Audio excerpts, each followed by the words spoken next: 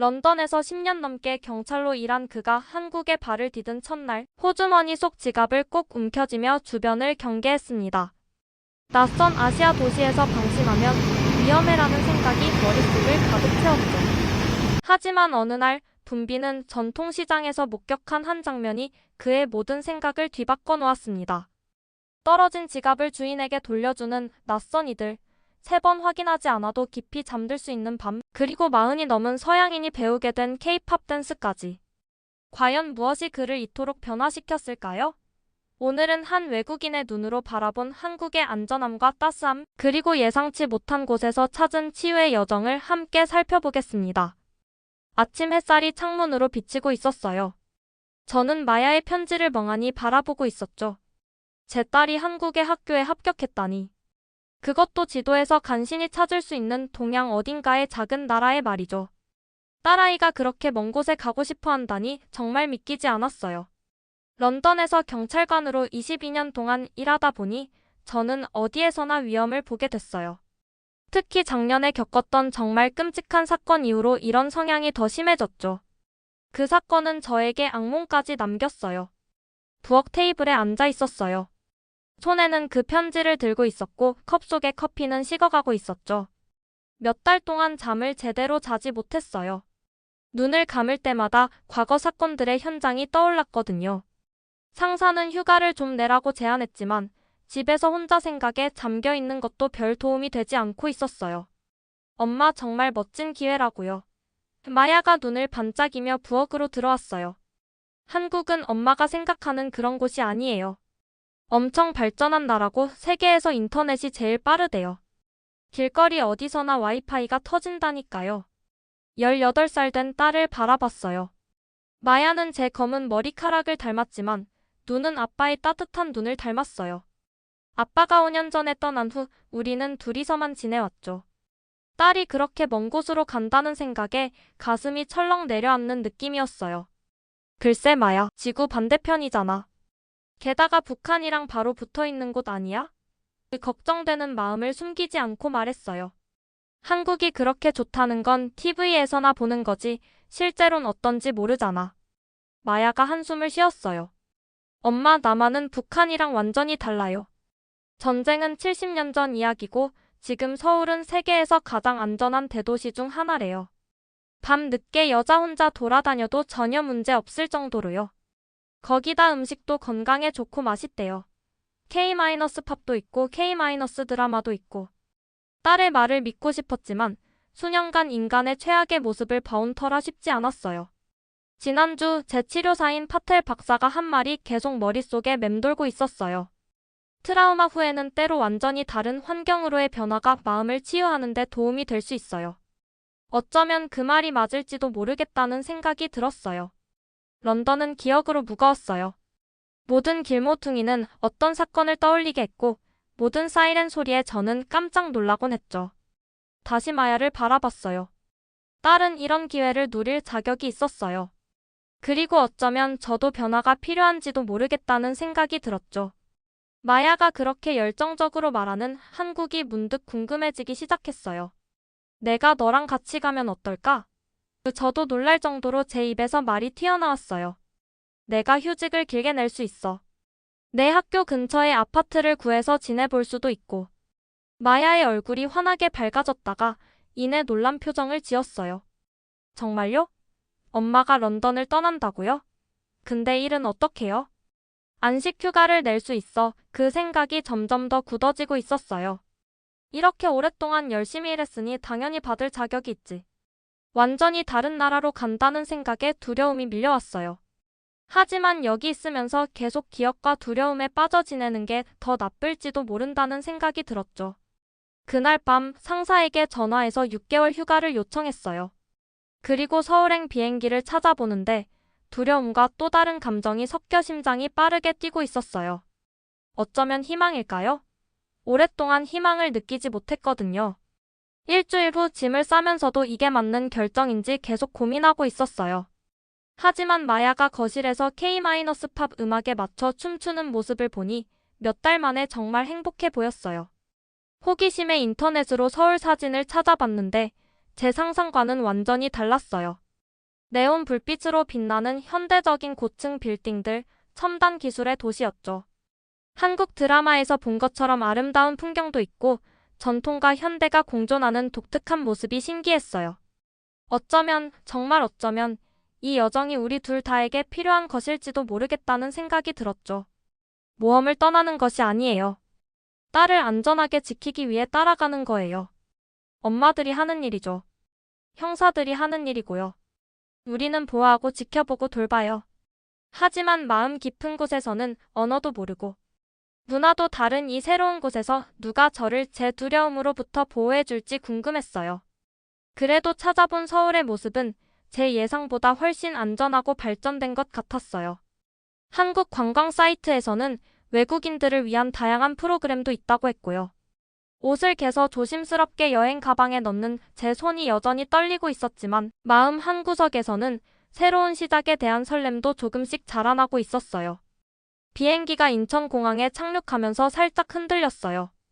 16시간의 긴 비행 끝에 온몸이 뻣뻣하고 머리는 멍했죠. 옆에 앉은 마야는 피곤해 보였지만 그래도 얼굴에는 설렘이 가득했어요. 그녀에게는 새로운 모험의 시작이었지만 저에게는 정말 낯선 세계로 발을 들이는 순간이었어요. 공항은 예상보다 훨씬 크고 놀랍도록 깨끗했어요. 한국어, 영어, 중국어, 일본어로 된 안내판이 곳곳에 걸려 있었고 사람들은 우리 주변에서 분주하게 오가고 있었어요. 런던 히드로에서는 항상 느껴지던 혼잡함이 없었죠. 저도 모르게 경찰 시절 습관이 튀어나와 주변 사람들을 경계하듯 살피고 있었어요. 엄마, 제발 모든 사람을 범죄자처럼 쳐다보지 말아요. 마야가 작은 목소리로 말했어요.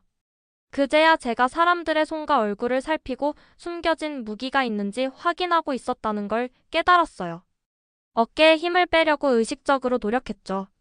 짐을 찾아 출구로 향했어요. 세관 직원들은 공손했지만 표정은 무척 진지했어요. 마야의 학교 프로그램 서류를 보여주며 질문에 간결하게 대답했고 여권의 마지막 도장을 찍은 후 드디어 한국 땅을 밟게 됐어요. 바깥 공기는 런던과는 완전히 달랐어요. 습하면서도 낯선 냄새가 가득했죠. 길거리 음식, 자동차 배기가스, 그리고 알 수 없는 달콤한 향기가 섞여 있었어요. 택시들이 도로변에 반듯하게 줄지어 서 있었고 운전기사들은 차 옆에서 예의 바르게 기다리고 있었어요. 런던에서는 상상도 할 수 없는 질서정연한 모습이었죠. 택시 기사님은 약간의 영어를 구사했고 우리 가방을 정성껏 트렁크에 실었어요. 공항을 떠나면서도 저는 비상금을 숨겨둔 가방 쪽에 손을 계속 두고 있었어요. 형사생활 22년의 습관은 쉽게 사라지지 않더라고요. 차창 밖으로 보이는 풍경에 놀랐어요. 서울은 생각했던 것보다 훨씬 현대적이었죠. 높은 유리 건물들이 하늘을 향해 솟아 있었고 디지털 광고판은 화려한 색상으로 빛나고 있었어요. 고속도로는 넓고 깔끔했으며 차들이 질서 있게 달리고 있었죠. 서울은 정말 안전한 도시예요. 기사님이 백미러로 제 긴장된 자세를 보고 말했어요. 여기서는 걱정하지 않으셔도 돼요. 밤에도 여자분들 혼자 돌아다녀도 문제없어요. 고개를 끄덕였지만 속으로는 반신반의했어요. 여행 전에 읽었던 가이드북에서도 한국이 세계에서 가장 안전한 나라 중 하나라고 했지만 오랜 경찰 경험상 그런 말을 곧이곧대로 믿기는 어려웠거든요. 하지만 도시 중심부로 들어갈수록 놀라운 점을 발견하기 시작했어요. 사람들은 값비싼 스마트폰을 손에 들고도 주변을 경계하지 않고 걸어가고 있었어요. 여성들은 어둑해진 저녁 시간에도 혼자서 산책을 즐기고 있었고 아이들은 건물 사이의 작은 공원에서 자유롭게 뛰놀고 있었어요. 런던이었다면 절대 볼 수 없는 광경이었죠. 우리 오피스텔은 번화가에서 약간 벗어난 조용한 주택가에 위치해 있었어요. 건물 입구에는 보안 코드가 있었고 24시간 상주하는 경비원이 우리에게 공손하게 인사했어요. 집은 작지만 아주 깨끗했고 작은 침실 2개와 주방, 화장실이 있었어요. 창문으로는 편의점, 카페, 그리고 아담한 식당이 보였죠. 짐을 풀고 나서 마야는 여행의 피로 때문에 곧바로 깊은 잠에 빠졌어요. 하지만 저는 잠을 이룰 수가 없었어요. 글자 하나 읽을 수 없고 말 한마디 통하지 않느니. 낯선 나라에서 일어날 수 있는 온갖 문제들이 머릿속을 맴돌고 있었거든요. 자정이 되자 기사님의 말이 정말인지 직접 확인해 보고 싶었어요. 마야가 자는 동안 조용히 재킷을 걸치고 밖으로 나갔죠. 복도는 고요했고 엘리베이터는 소리 없이 부드럽게 내려갔어요.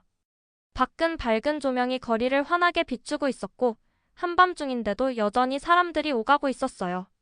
경계심을 늦추지 않고 천천히 걸으며 주변을 살폈어요. 하지만 제가 본 광경은 오히려 저를 당황스럽게 했죠. 편의점 앞에서 웃으며 이야기하는 젊은이들, 작은 강아지를 산책시키는 노부부, 헤드폰을 끼고 혼자서 조깅하는 여성. 아무도 두려워하는 기색이 없었어요. 저와는 달리 아무도 뒤를 돌아보거나 주변을 경계하지 않고 있었죠. 짧은 산책이었지만 제 마음속 무언가가 조금씩 변하기 시작했어요. 어쩌면 이곳은 제가 우려했던 것과는 전혀 다른 세상일지도 모르겠다는 생각이 들었어요. 런던에서 항상 위험을 감지하도록 훈련된 제 눈이 이제는 서울의 진짜 모습을 보는 법을 배워야 할 시간인 것 같았어요. 오피스텔로 돌아와 창가에 서서 오랫동안 아래의 평화로운 거리를 바라봤어요. 몇 달 만에 처음으로 가슴속 깊이 맺혀있던 불안의 매듭이 조금씩 풀리는 걸 느꼈어요. 어쩌면 이 낯선 도시가 제게 새로운 시작과 함께 진정한 안식처가 될 수도 있겠다는 희망이 피어나기 시작했어요. 서울에서 2주까지 지나고 있었지만 솔직히 아직도 적응하기 힘들었어요. 처음 이곳에 왔을 때는 그래 몇 달만 버티자라는 생각뿐이었죠. 매일 아침 마야는 학교에 가고 저는 어쩔 수 없이 이 낯선 도시를 조금씩 탐험하기 시작했어요. 처음에는 우리 아파트에서 몇 블록만 걸었어요. 너무 멀리 가면 길을 잃을까 두려웠거든요. 복잡한 아시아 도시에서 길을 잃으면 어떻게 되나 싶었죠. 그래도 용기를 내서 지하철을 타기 시작했어요. 의외로 서울 지하철은 깨끗하고 빨랐어요. 영어 표지판도 있어서 생각보다는 이동하기 편했답니다. 우리 아파트 근처에 작은 카페를 발견했어요. 처음엔 익숙한 커피 체인점을 찾다가 할 수 없이 들어간 곳이었죠. 주인은 나이 지긋한 김 사장님이셨는데 처음에는 제가 외국인이라 좀 어색해하셨어요. 그는 영어를 거의 못하셨고 저도 한국어를 전혀 몰랐지만 우리는 몸짓과 간단한 단어로 소통하려고 노력했죠. 놀랍게도 매일 김 사장님은 제게 한국어 문장 하나씩 가르쳐 주셨어요. 오늘은 감사합니다라고 제대로 말하는 법을 배웠죠. 처음엔 이런 소박한 가게가 런던의 세련된 카페보다 못하다고 생각했는데 이제 이 작은 정성이 더 특별하게 느껴지기 시작했어요. 가장 큰 어려움은 여전히 제 몸에 밴 경찰 버릇이었어요. 런던에서 경찰로 일했던 세월 동안 항상 위험을 감지하고 문제를 찾도록 훈련받았거든요. 아시아 국가에서는 더 조심해야 한다고 생각했죠. 지하철에서도 시장에서도 항상 지갑을 꼭 붙들고 주변을 경계하고 있었어요. 습관처럼 사람들을 의심스럽게 관찰하고 벽에 등을 대고 서 있고 들어가는 곳마다 출구부터 확인했죠. 마야는 이런 제 모습을 볼 때마다 눈을 굴리며 한숨을 쉬었어요. 아빠, 여기는 런던이 아니라고요. 그렇게 안 봐도 돼요. 하지만 저는 쉽게 경계를 풀 수 없었어요. 런던에서의 경험으로는 방심하는 순간 위험해질 수 있다고 배웠으니까요. 그러다 제 모든 생각을 완전히 바꿔놓은 날이 왔어요. 붐비는 전통시장에서 저녁 식사용 채소를 사고 있었죠. 솔직히 말하면 처음에는 이런 시장에 오는 게 불안했어요. 런던의 깔끔한 슈퍼마켓과는 너무 달랐거든요. 사람들이 서로 부딪히며 지나가는 정말 혼잡한 곳이었어요. 당연히 경계를 늦추지 않고 주변을 계속 살피고 있었죠. 그때였어요. 제 앞에 있던 젊은 여성이 지갑을 떨어뜨렸어요. 검은 가죽 지갑이 회색 콘크리트 바닥에 툭 떨어졌는데 여성은 전혀 알아채지 못했어요. 런던이었다면 틀림없이 그 지갑은 몇 초 안에 누군가의 손에 들어갔을 거예요. 반사적으로 제가 앞으로 달려가 지갑을 집으려 했어요. 그런데 정말 놀라운 일이 벌어졌어요. 제 주변에 있던 3명의 사람들, 장바구니를 든 할머니, 양복 입은 직장인, 교복 입은 중학생이 모두 동시에 도우려고 움직인 거예요. 직장인이 먼저 도착해서 여성의 어깨를 가볍게 두드리고 공손한 인사와 함께 지갑을 돌려주었죠. 여성은 깊게 고개를 숙여 인사를 하고 한국어로 뭔가 고마움을 표현한 다음 평범하게 걸어갔어요. 제가 정말 충격을 받은 건 그 누구도 지갑을 훔치려는 시도조차 하지 않았다는 거예요. 아무도 보상을 기대하지 않았고 그저 당연한 일을 한 것처럼 각자의 길을 갔죠. 전체 장면은 고작 10초 정도였지만 저는 쇼핑 바구니를 든 채 그 자리에 얼어붙어 있었어요. 이게 정말 가능한 일인가? 그날 밤 믿기지 않겠지만 몇 달 만에 처음으로 악몽 없이 깊은 잠을 잤어요. 런던에서 담당했던 끔찍한 사건들이 떠올라 식은땀을 흘리며 깨지 않았고 문의 자물쇠를 2번씩 확인하지도 않았죠. 그냥 편안하게 잠들었어요. 마치 오랫동안 제 안에 있던 무거운 불신의 벽이 조금 허물어진 것 같았어요. 다음 날 아침 마야와 함께 아침을 먹고 있었어요. 그녀가 학교에 가기 전이었죠. 평소와 달리 마야가 저를 유심히 관찰하더니 고개를 살짝 기울이며 물었어요. 아빠 뭔가 달라 보여요. 훨씬 덜 긴장해 보여요. 뭐 좋은 일 있었어요? 순간 깜짝 놀랐어요. 그녀 말이 맞았거든요. 런던에서부터, 아니 이곳 서울에 처음 왔을 때부터 저는 항상 경계하고 있었어요. 하지만 오늘은 달랐어요. 턱도 평소처럼 꽉 물려있지 않았고 어깨도 훨씬 가벼웠죠. 그냥 어제 시장에서 좀 특별한 경험을 했어. 제가 지갑 이야기를 해주자 마야는 빙그레 웃었어요. 당연한 거 아니에요? 여기는 정말 안전한 나라라고 했잖아요. 아빠가 너무 의심이 많은 거였어요. 그날 오후 용기를 내서 아름다운 정원이 있는 저를 혼자 방문했어요. 처음 한국에 왔을 때는 이런 곳에 별 관심이 없었어요. 다 비슷한 아시아 사찰이겠지라고 생각했거든요. 그저 관광객처럼 몇 장의 사진만 찍으려고 했죠. 하지만 이제는 조금 달라졌어요. 사람들이 기도하고 사진 찍고 평화로운 분위기를 즐기는 모습을 벤치에 앉아 진심으로 지켜보고 있었어요. 그때 한 할머니가 제 옆에 앉으셨어요. 갑자기 가방에서 작은 찹쌀떡을 꺼내 저에게 건네주시는 거예요. 처음엔 경계했지만 김 사장님에게 배운 초보 한국어로 감사합니다 라고 말했죠. 할머니는 따뜻한 미소를 지으며 제 손을 토닥이셨어요. 런던이었다면 상상도 할 수 없는 장면이었어요. 낯선 사람에게 음식을 건네는 일이 어디 있나요? 하지만 이상하게도 전혀 어색하지 않았어요. 우리는 아무 말도 없이 그저 편안한 침묵 속에 함께 앉아 있었죠. 그 순간 깨달았어요. 이게 바로 진짜 보상이구나. 크고 극적인 사건이 아니라 이런 작은 신뢰와 연결의 순간들이었어요. 처음 이곳에 왔을 때 저는 이 낯선 나라를 불편하게 여겼어요. 언어도 다르고 문화도 다르고 모든 게 달랐으니까요. 하지만 이제 그 다름이 오히려 저에게 새로운 시각을 주고 있었어요. 계속 뒤를 돌아보지 않고 걷는 자유, 마야가 친구를 사귀고 새로운 음식을 시도하는 모습을 매 순간 걱정하지 않고 지켜볼 수 있는 여유, 창문을 3번씩 확인하지 않고도 깊이 잠들 수 있는 평온함. 이런 것들이 런던에서는 누릴 수 없었던 특별한 선물이었어요. 가장 중요한 건 제 가슴 속에 있던 두려움의 단단한 매듭, 런던에서 경찰로 일하며 몇 년 동안 점점 커져갔던 그 무거운 불신의 매듭이 조금씩 풀리기 시작하는 걸 느끼는 거였어요. 처음에는 고작 몇 달 지내다 갈 이국적인 곳이라고만 생각했던 서울은 이제 제게 중요한 교훈을 주고 있었어요. 세상에는 위험이 존재하지만 동시에 친절함도, 안전함도, 평화도 존재한다는 것을 말이죠. 그리고 때로는 가장 예상치 못한 곳에서 그런 것들을 발견할 수 있다는 사실도요. 그날 저녁 마야가 제게 깜짝 제안을 했어요. 아빠, 우리 같이 K-팝 댄스 배워볼래요? 우리 반 친구들이 다 배우는데 진짜 재밌대요. 처음엔 말도 안 되는 소리라고 생각했어요. 나이 40이 넘은 영국 경찰 출신이 K-팝 댄스라니요? 하지만 딸의 반짝이는 눈빛을 보니 거절할 수 없었죠. 결국 함께 한국 댄스 수업에 등록했어요. 아니, 제가 얼마나 형편없었는지 몰라요. 서양인의 뻣뻣한 몸으로 K-팝 안무를 따라하려니 정말 우스꽝스러웠죠. 선생님은 물 흐르듯 우아하게 움직이는데 저는 나무처럼 어색하게 몸을 흔들고 있었어요. 처음에는 창피해서 얼굴이 빨개졌는데 갑자기 제 옆에서 마야가 깔깔 웃기 시작했어요. 아빠 너무 웃겨요. 그래도 열심히 하고 있어요. 그 모습에 저도 덩달아 웃음이 터졌어요. 몇 년 만에 처음으로 진심으로 주저함 없이 큰 소리로 웃은 거였어요. 그 웃음소리가 저를 놀라게 했어요.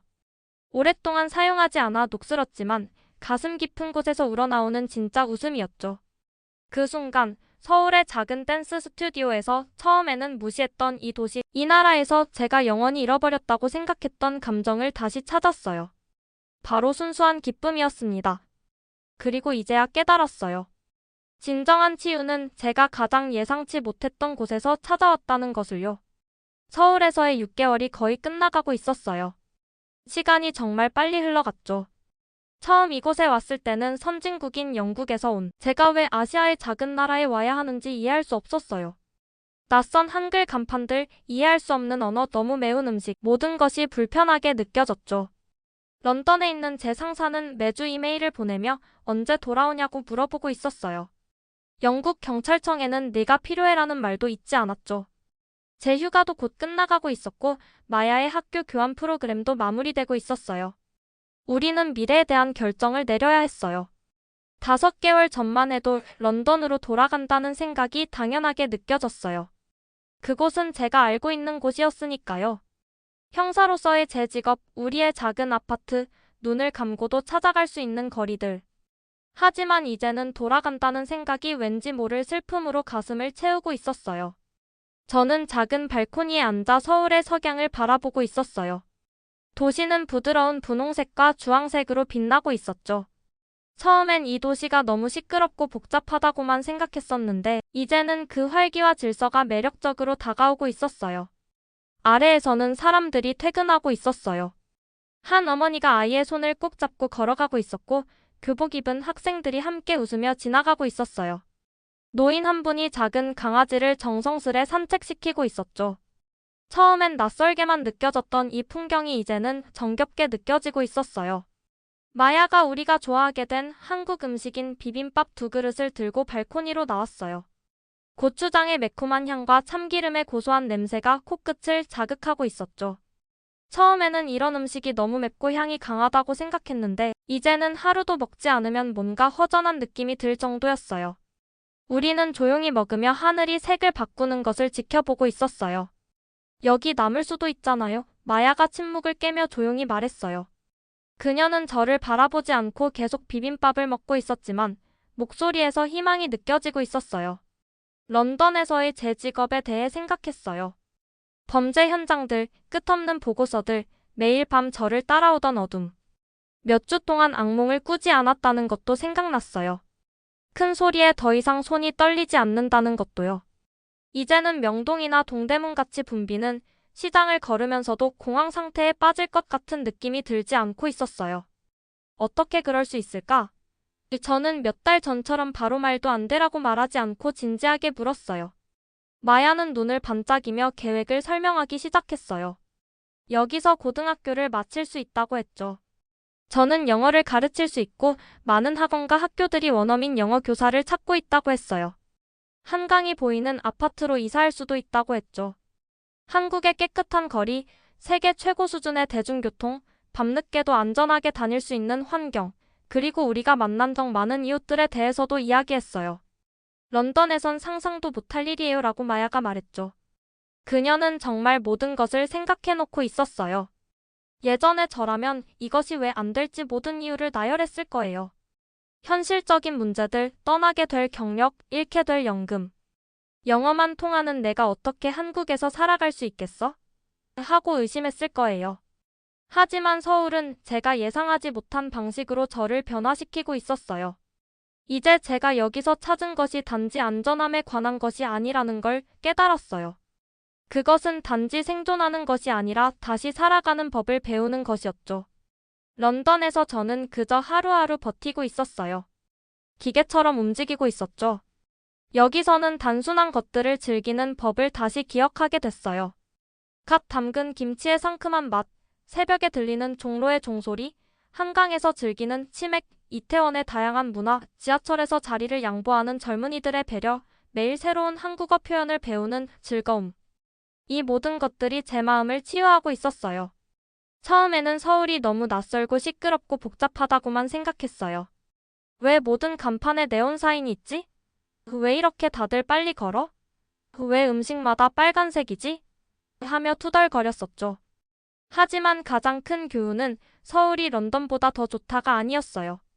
교훈은 제가 내면에서부터 치유될 필요가 있었다는 거예요.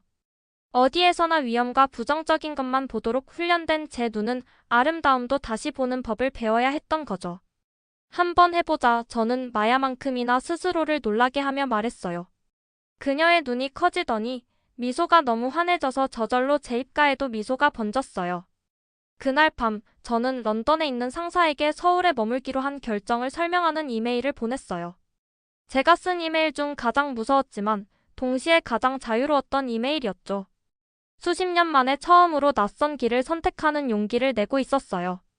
잠들기 전 마지막으로 서울의 야경을 바라보며 제가 얼마나 변했는지 생각했어요. 저는 상처받은 마음을 안고 서울에 도착했어요. 처음에는 이 낯선 도시를 무시했고 한국에서 뭘 배울 게 있겠어? 라고 생각했어요. 모든 것이 영국보다 열등하게 느껴졌죠. 하지만 이제는 다시 신뢰하는 법, 다시 희망을 갖는 법, 다시 온전히 살아가는 법을 배우는 사람으로 변했어요. 이것이 제가 서울에서 찾은 인생의 보물이에요. 앞으로 간직할 소중한 깨달음이죠. 서울이 완벽한 도시라는 것이 아니에요. 어떤 곳도 그렇지 않으니까요. 하지만 저는 세상을 새로운 눈으로 보는 법을 배웠어요.